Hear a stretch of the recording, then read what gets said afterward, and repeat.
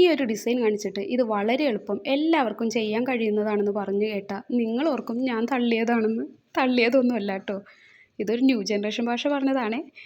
എന്തായാലും നിങ്ങളൊന്ന് ആലോചിച്ച് നോക്കിയേ, നിങ്ങളുടെ ചെറുപ്പത്തിലേക്ക് ആരെങ്കിലും എന്തെങ്കിലും ഫ്ലവറൊക്കെ വരയ്ക്കാൻ പറഞ്ഞാൽ നിങ്ങൾ ആദ്യം ഒരു ഡോട്ട് ഇടും അല്ലെങ്കിൽ ഒരു റൗണ്ട് ഇടും, ചുറ്റും 3-4 പെറ്റൽസ് വരച്ച് നമ്മുടെ ഫ്ലവർ റെഡിയായി. അത്രയേ ഉള്ളൂ. അത് നമ്മൾ പെൻസിൽ ഉപയോഗിച്ച് ചെയ്തു മാത്രം. ഇന്ന് നമ്മളത് മെഹന്തി കോൺ ഉപയോഗിച്ച് ചെയ്യുന്നു, അത്രയേ ഉള്ളൂ. കൂടാതെ ഒരു ലെയർ പെറ്റൽസ് വരച്ചതിന് ശേഷം ചുറ്റും 3 ലെയർ പെറ്റൽസും വരച്ചു. എന്നിട്ട് എന്ത് ചെയ്തു, 3 ഫ്ലവർ വരച്ചു. ഒരു ഫ്ലവർ എപ്പോഴും നമ്മൾ കംപ്ലീറ്റ് ആയിട്ടാണ് വരയ്ക്കുന്നത്, ബാക്കി 2 ഫ്ലവർ പകുതിയേ വരയ്ക്കുകയുള്ളൂ. അത് കഴിഞ്ഞ് ഈ കൂട്ടമായിട്ട് നിൽക്കുന്ന ഫ്ലവേഴ്സിൻ്റെ ചുറ്റും ഒന്നും കൂടിയും അട്രാക്റ്റീവ് ആക്കാൻ വേണ്ടി ചെറിയ ചെറിയ ലീവ്സുകൾ, അതുപോലെ ചെറിയ ഫ്ലവറുകളൊക്കെ വരച്ചു വെച്ചു. ഇങ്ങനെയൊക്കെ പറയുമ്പോൾ എനിക്ക് പറക്കും തളികയിലെ ഡയലോഗ് ഓർമ്മ തന്നെ കേട്ടോ. എന്തായാലും അത് പോട്ടെ. എൻ്റെ ഈ വോയിസിൻ്റെ ഇടയ്ക്ക് ഒരു കുഞ്ഞിൻ്റെ ശബ്ദവും കേൾക്കണ്ടല്ലേ. ഞാൻ പറയുന്നതിനനുസരിച്ച് എൻ്റെ മോൻ എൻ്റെ ഒപ്പം പറയുന്നതാണ്. എന്തായാലും നിങ്ങൾക്ക് ഇഷ്ടപ്പെട്ടാൽ ലൈക്ക് ചെയ്യണേ.